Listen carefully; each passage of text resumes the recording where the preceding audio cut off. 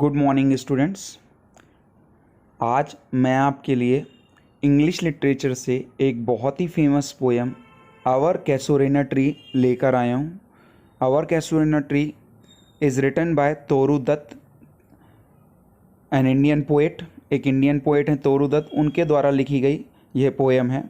सो देर न करते हुए आइए इस पोएम को स्टार्ट करते हैं।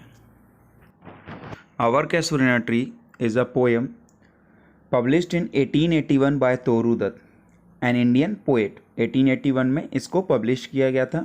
And in this poem Toru Dutt celebrate the majesty of the casuarina tree. Majesty मतलब उसकी महिमा। इस पोएम में जो तोरू दत्त हैं वो कैसुरिना ट्री की महिमा बताती हैं।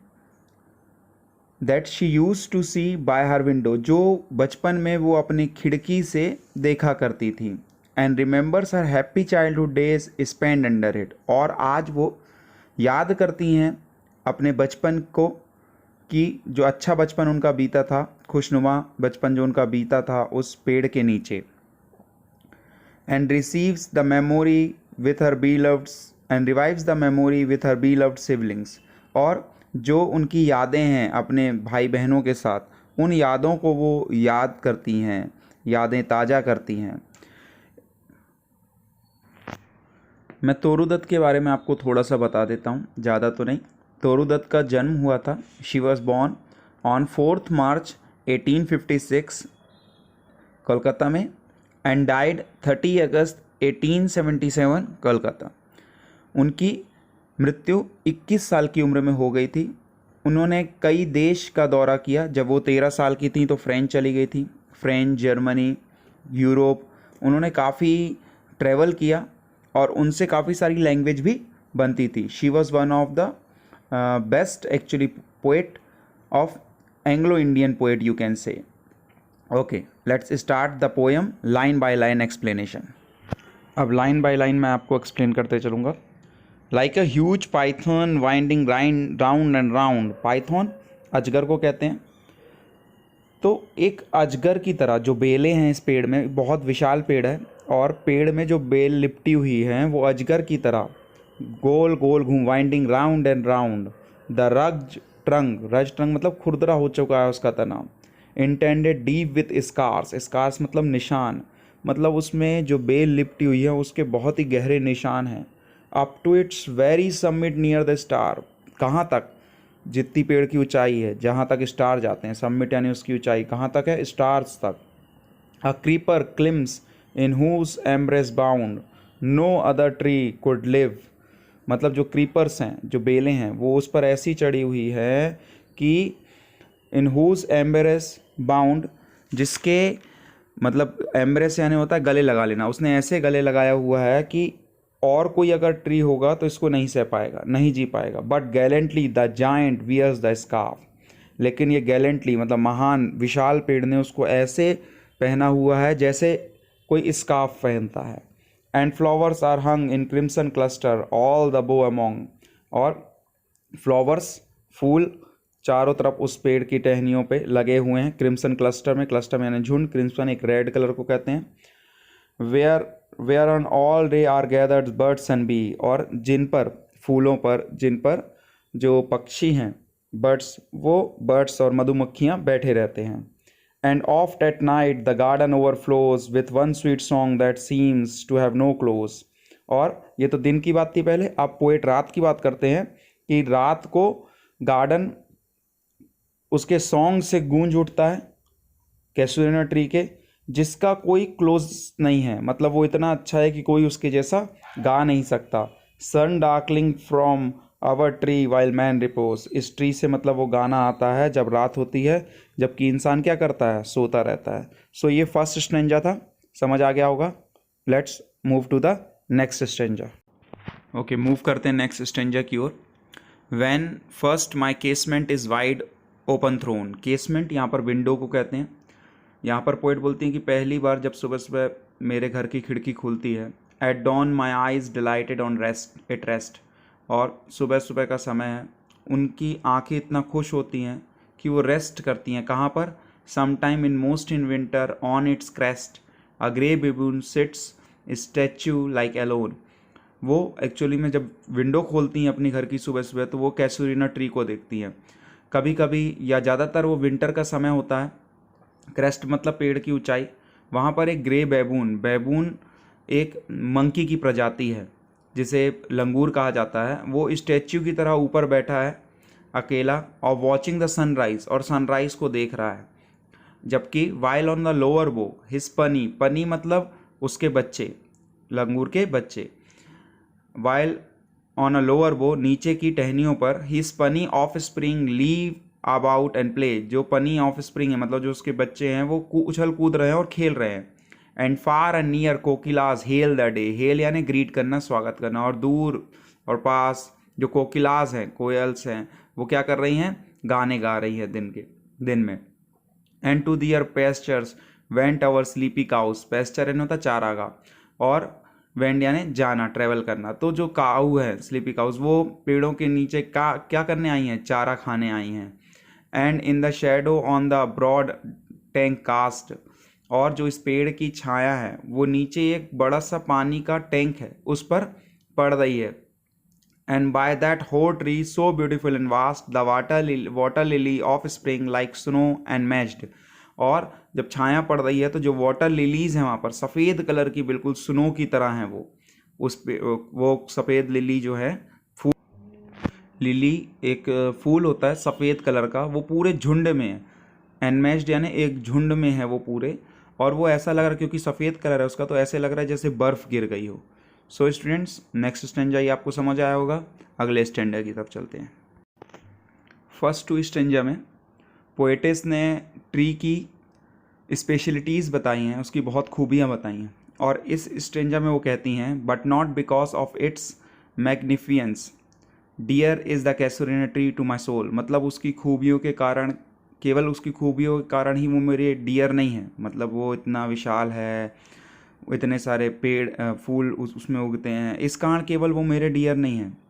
Beneath it we have played, हम इसके नीचे खेले हैं, हम यानी पोएट और पोएट के भाई बहन, इसलिए वो ट्री उसके क्लोज है। 2 ईयर्स में रोल, 2 ईयर्स में रोल मतलब भले ही काफ़ी साल बीत चुके हों।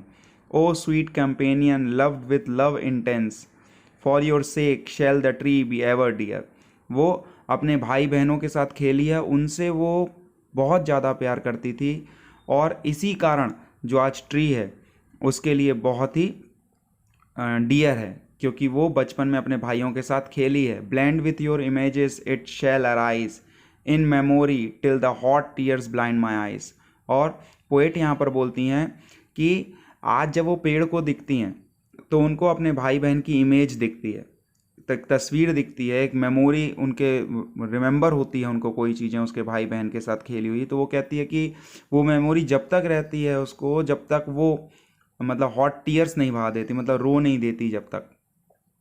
What is that dirge like murmur that I hear, ये क्वेश्चन भी है आपका, what is dirge like murmur, ये टेक्स्ट बुक में। तो डिज लाइक मुरमुर यानी सिसक सिसक के रोना। तो यहाँ पर पोएटेस जो हैं वो सुनती हैं डिज लाइक मुरमुर, वो ऐसा सुनती हैं कि जैसे जो पेड़ है उनके साथ मिलकर उनके भाई बहन की यादों के लिए रोता हो, उनको वो भी याद करता हो। तो वो डिज लाइक मुरमुर कौन करता है, कैसूरिना ट्री। वो कैसे करता है, like the sea breaking on a shingle beach, shingle beach यानी बीच के किनारे जो पत्थर रहते हैं, जब समुद्र की लहरें उन पत्थर से टकराती है तो एक आवाज़ होती है, गर्जन होती है, उसी तरह वो पेड़ भी डिज लाइक मुरमुर करता है। It is a tree lament, lament यानी पछतावा, दुख मनाना, an eerie speech, eerie speech यानी भयानक आवाज में वो ट्री रोता है। That haply to unknown land में रीच, और शायद ये इसका रोना कहाँ तक पहुँचे, अननोन लैंड तक, अननोन लैंड जहाँ पर आज पोएटेस हैं, मे बी आज पोएटेस ऑस्ट्रेलिया में हैं, इसलिए वो सोच रही हैं वो दूसरे देश में है, इसलिए वो ऐसा एक पिक्चराइज कर रही हैं कि दूसरी जगह आज भी वहाँ पहुँचे। ओके, ये नेक्स्ट स्टेंजर। अब चलिए नेक्स्ट स्टेंजर की तरफ चलते हैं। Unknown yet well known to the eye of faith, I have heard that wail far far away in distant land by many a shelter bay. देखिए यहाँ पर पोएटेस जो हैं वो बताती हैं कि unknown yet well known to the eye of faith, मतलब देखिए आप पेड़ रो रहा है, ये विश्वास की बात है, ये एक व्यक्ति के मानने की बात है, अगर वो ये फील करता है कि पेड़ रो रहा है, वास्तव में पेड़ तो रो नहीं सकता। तो यहाँ पर पोएटेस फील करती हैं और वो कहती हैं I have heard that wail, wail यानी रोना, far far away in distant land, distant land में बहुत दूर, by many a shelters bay, shelter bay मतलब एक रीज़न है, एक जगह है कोस्टल एरिया में जहाँ पर वो आज रह रही हैं, और वो सुनती हैं कि पेड़ रो रहा है, वहाँ पर पेड़ रो रहा है और आज यहाँ पर उन्हें सुनाई भी दे रहा है। वैन स्लम्बर्ड, स्लम्बर्ड यानी ऊँघना, in his cave the water wraith, जब एक व्यक्ति सो रहा होता अपनी केव में मतलब अपने घर पे, तो वाटर रेथ, वाटर रेथ मतलब एक पानी का, रेत यानी होता है एक इमेज बनती है, एक गोस्ट लाइक इमेज आप कह सकते हैं, मतलब बहुत विशाल पानी की इमेज, मतलब लहरों से मतलब है यहाँ पर, तो बहुत बड़ी बड़ी लहरें हैं जो, एंड द वेव्स जेंटली किस द क्लासिक शोर ऑफ फ्रांस और इटली। अब वो कहाँ रहती हैं? फ्रांस और इटली में रहती हैं, तो वहाँ पर जो लहरें हैं वो शोर यानी समुद्र के किनारे से टकराती हैं। तो यहाँ पर हमारी पोएटेस को एहसास होता है कि वहाँ पर जो ट्री है वो डिश लाइक मुरमुर कर रहा है, रो रहा है उसके भाई बहन के लिए।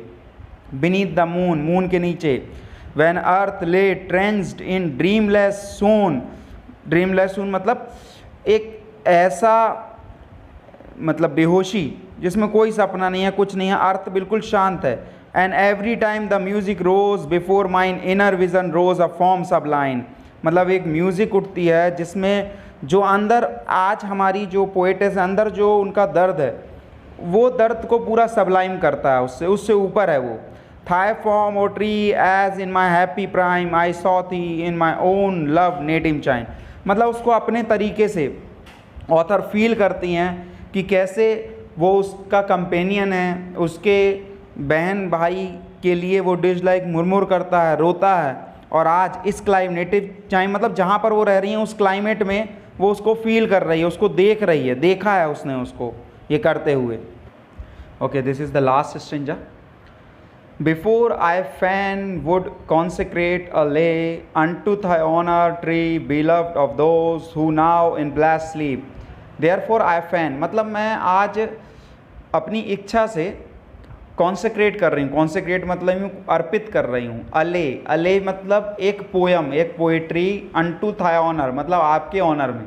तो पोइटेस यहाँ ट्री के लिए एक पोइट्री वगैरह लिख रही हैं, जो बोल रही हैं वो ट्री के लिए है, जो कि beloved of those who now in blessed sleep for a repose, वो कह रही है वो उस ट्री के लिए है जो उनको प्यारा था जो आज सो चुके हैं, फॉर ए मतलब हमेशा के लिए, रिपोज सो चुके हैं वो, जो मुझे dearer than life to me जो मुझे बहुत प्यारे थे, वो दुख मनाती है अपने भाई बहनों के लिए, और उस ट्री को कहती है mayst thou be numbered when my days are done with deathless trees like those in Borrowdale, वो बोलती है कि मैं जब मरने वाली होंगी, मेरे दिन जब गिने जा रहे होंगे, तो शायद तुम डेथलेस ट्रीज़ में गिने जाओगे, मतलब तुम उन ट्रीज़ में होगे जो कभी मरे नहीं, जैसे कि बैरोडल। बैरोडल बेसिकली एक लेक है जो कि विलियम वर्ड्सवर्थ ने अपनी एक कविता में इसको बताया था, अपनी एक कविता उस पर लिखी थी जिसमें यू ट्रीज़ थे।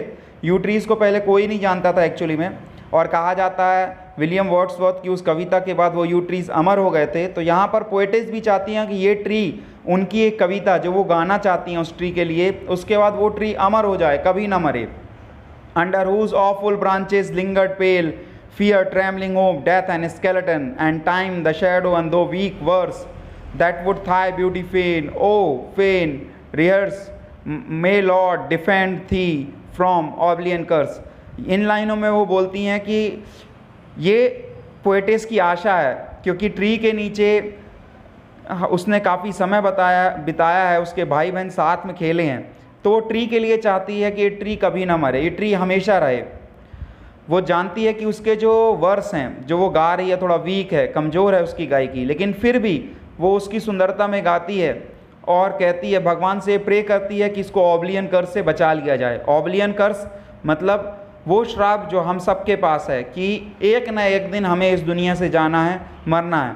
तो ट्री भी एक ना एक दिन दुनिया से मर जाएगा, ये पोएटेस को पता है, लेकिन फिर भी वो भगवान से एक आशा कर रही है, एक कविता गा रही है भगवान के लिए कि हे भगवान इस ट्री को सदा बनाए रखें, ये ट्री ऑब्लियन कर्स से बच जाए न मरे। सो स्टूडेंट्स, समझ आ गया होगा आपको ये पूरी poem our casuarina tree. It is a beautiful poem, बहुत ही शानदार पोएम है, बहुत ही अच्छी पोएम। लाइन बाय लाइन मैंने आपको एक्सप्लेन कर दिया है। एक बार में अगर क्लियर नहीं होता तो इसको दोबारा ज़रूर देख लीजिएगा, बहुत ही मेहनत की है मैंने इसके लिए। और अगर आपको ये पसंद आया तो please like and share, and thank you very much. Have a very nice day.